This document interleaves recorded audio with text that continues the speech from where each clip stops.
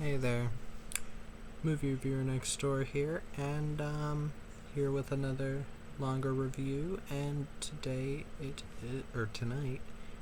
is Night Hunter or Nomis. This is a film from 2018. This is one that I have not reviewed before, but I have rated before. Now, I'll start off by saying when I first saw this and then rewatched it maybe a year or two ago, I wasn't a fan. I didn't care for the film. There were bits of it that I liked, but overall I felt it kind of fell apart. Now, while I still do have my problems with it, I think it's decent enough. My main issue is that it kind of... there's so much potential here. Excuse me. For a great crime thriller. But it kind of squanders it at points. This film is about a cop, Marshall, played by Henry Cavill, who learns about these women who've turned up dead and they have signs of being raped, and then he ends up being led to this house where the serial killer is.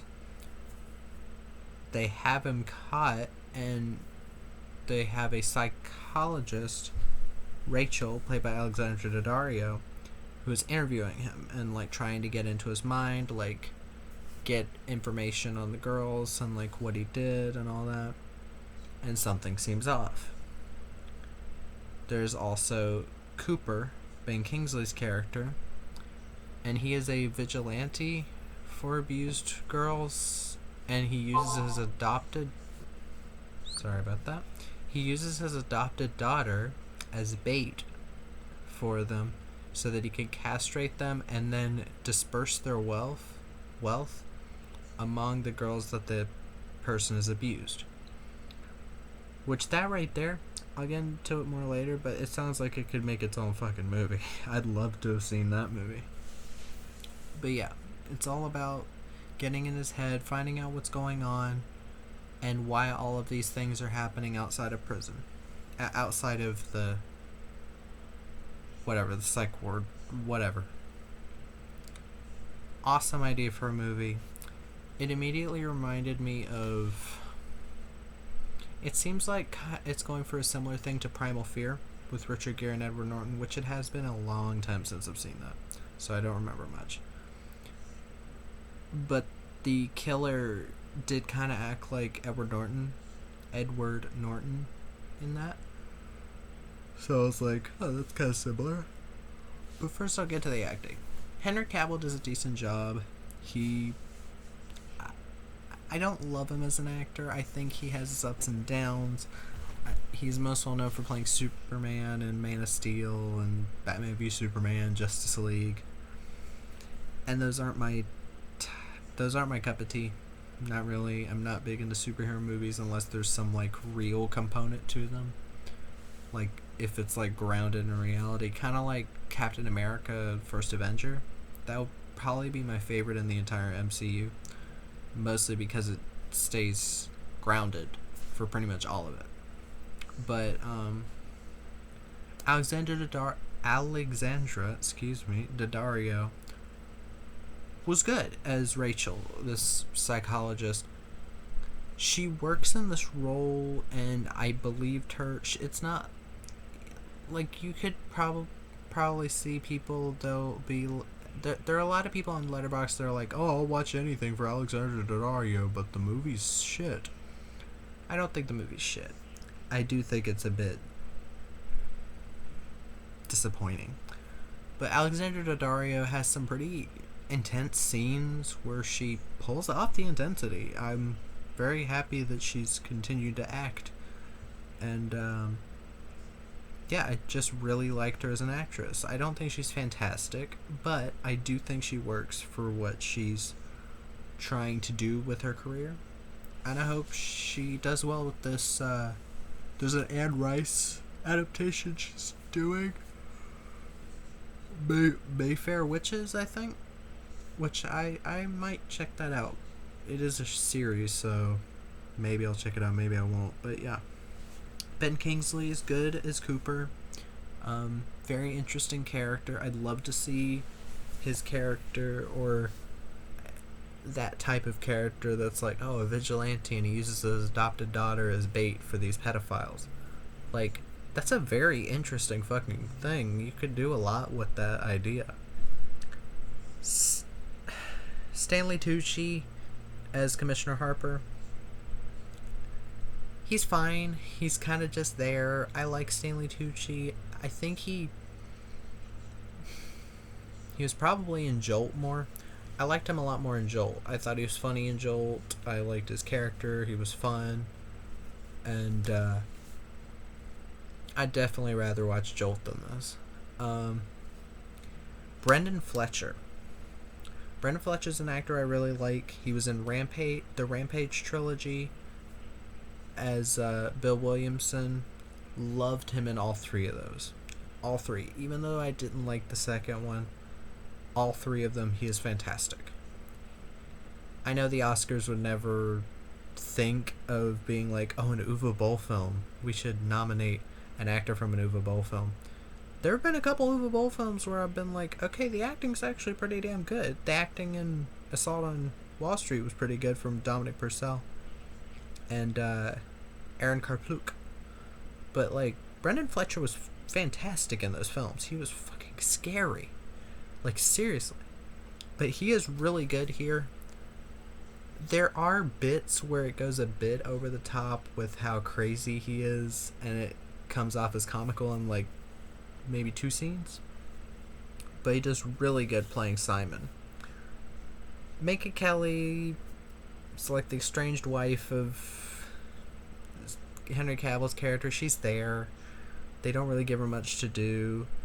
The biggest waste in this cast is Nathan Fillion and MPHO Kwao. I guess it's Mo Kwao. I'm guessing he's African. But if you watch the movie and you think he's familiar and you're a horror person, he was the guy in the rack trap that like hit the main character of Saw 3's kid and like sped off. That scene is very powerful in Saw 3. Even though I hate that film in the franchise, I think it's one of the worst, legitimately. Not as bad as Spiral, or Jigsaw, but he was really fucking good in that one scene that he's given. Like, I felt emotions in Saw 3. But him and Nathan Fillion both play kind of computer geeks, and they're kind of just there. Kwao does get like one moment to shine in this movie too, but then he's kind of just out of the movie. He just doesn't appear for the last like hour of the film, and it does feel like a waste. And Nathan Fillion's just, this not even a spoiler, he's barely a character in this. He's just killed off like it's nothing, and I'm just like, why the fuck would you even pay the money to have Nathan Fillion if you're just gonna kill him off in a stupid way? But yeah, the director of this is David Raymond. He hasn't really directed a lot. He directed something called The Other Man in 2013.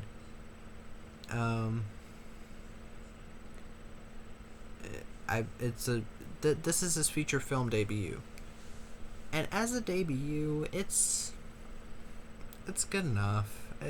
For a debut, it is good enough. My issue is that a lot of the film seems like they don't go far enough with a certain idea, or they don't build up a character enough for me to care when something really interesting happens. Because you have the Ben Kingsley character and his adopted daughter Lara, played by Eliana Jones. They both do good, but I kind of wanted to know more about his family, about why he started doing this, and there's kind of an answer, but I just really wanted to know more about his motivation so that I gave more of a shit, because Lara gets put in danger pretty early in the movie, and I was just like, I don't know enough about these characters to really care. If maybe that happened like halfway into the movie after you learn a bit more about the characters, maybe I would have cared more. And the same thing happens for me with Impyo or Kawaho's character, whose baby is like abducted, and then the reunion later is like, um, okay, yeah, he was reunited with his baby. Sorry if you hear noises, but like he was reunited with his baby, but I don't know enough about him to really feel the emotions of the scene. Like, I understand what they're trying to do, but it just doesn't hit. It should hit you really hard, and the way it ties into Henry Cavill, like getting back with his wife and like rekindling something, and him like being more there for his daughter. Like, it should tie in more and feel more earned, but it just doesn't feel earned. Now the film is decent. It looks all right. It's well shot. There are many reviews that'll say the film looks cheap or something. It doesn't. The film has a killer cast, like I've mentioned: Henry Cavill, Ben Kingsley, Alexandra Daddario, Stanley Tucci, Brendan Fletcher, Minka Kelly, Nathan Fillion. Like, lots of recognizable faces that do pretty decent work. It's just this, it kind of felt, even though they do decent work altogether, it does feel like certain actors were just there to get people to watch the movie. Now, you could say that's for most movies, but when you get like an ensemble cast, you expect the ensemble to have things to do. You kind of get issues with that, like in the Expendables films, where they don't focus on certain action heroes that are in the film. They more focus on Sylvester Stallone's character, or Dolph Lundgren's character, or Terry Crews, or Jason Statham. But then the others kind of just get thrown to the side. And then it gets even worse when you get to Expendables 2 and Expendables 3, where they have more and more and more actors who get barely a scene of killing, like them showing that they're badasses, or just anything. And it just kind of feels like, wow, you spent all that money for nothing, you know? It just feels kind of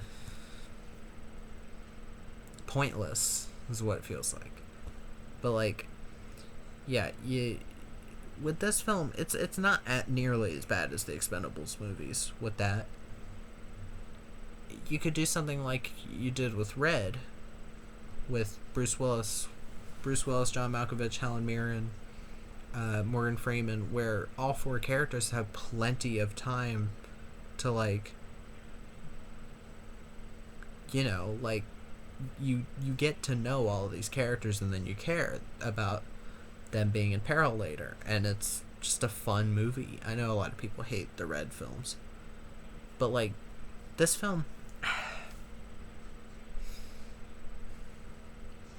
yeah, that's just my main issue, is just that not enough is done with the plot points that come up that are very interesting plot points. There are many scenes in this film that are like very well shot, or very well staged, or very well executed, that just feel kind of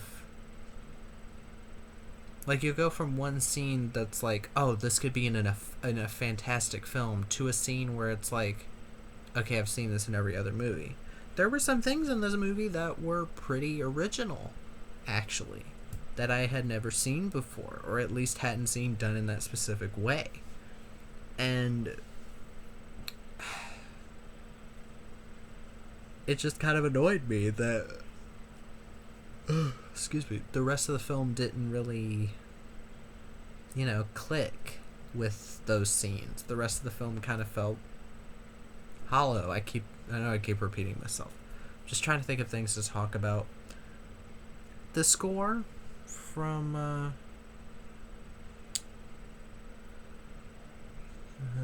Jesus, there's so many producers on this.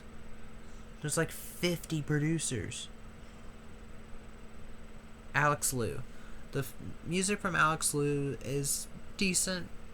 It works well enough. It does come off as generic action music at times. This film is listed as an action thriller. There's literally one action scene. One action scene, it's not a very good action scene. It is pretty shaky cam, and the rest of the film isn't really shaky cam. It does feel a bit amateurish, the direction or the camera work at times, because it'll be like holding on a shot and then like 2 seconds later you'll see it like zoom in a bit. It's got that issue that I had with Walking Tall Lone Justice, the Kevin Sorbo starring direct-to-video sequel to Walking Tall, the remake with The Rock. I liked the first Walking Tall direct-to-video sequel, The Payback. That one was fun. The sequel to that was horrible for me. I know a lot of people were like, oh, it's better. No. It looked uglier. The camera work, every single shot was like holding on something, zoom in, cut to another shot, zoom out, cut to another shot, zoom in. And it's very annoying. This film does do that sometimes. It never got as bad as Walking Tall Lone Justice, but yeah, just direction like that I just find so lazy. Like if you didn't get the shot right, do it again. You're using digital cameras. It's a lot easier than with film. I don't think this was done on film. I don't think so at all. But like, yeah, like this film is decent enough. Even then, Brendan Fletcher's performance is a big plus to the film. Even though he has his off moments. I did see one reviewer say he should have been nominated for an Oscar. I mean, I don't give a shit what the Oscars have to say because most of them are bullshit. But like, I don't know if I'd say Oscar worthy. I just think he did good for what he was supposed to do. But there is a revelation later in the film. This is a film that 100% don't look at Wikipedia. Don't look up anything about it. You'll be spoiled. It's better to go into the film without knowing anything about it. Even though I did bring up a couple scenes, but none of them factor into the real plot of the film, really. Or none of them spoil anything. Not even light spoilers. You'll be fine. But yeah, just I think the film is decent, and I just wish that certain things were fleshed out more, certain things were better done. But yeah, just decent film. Just should have worked out some kinks.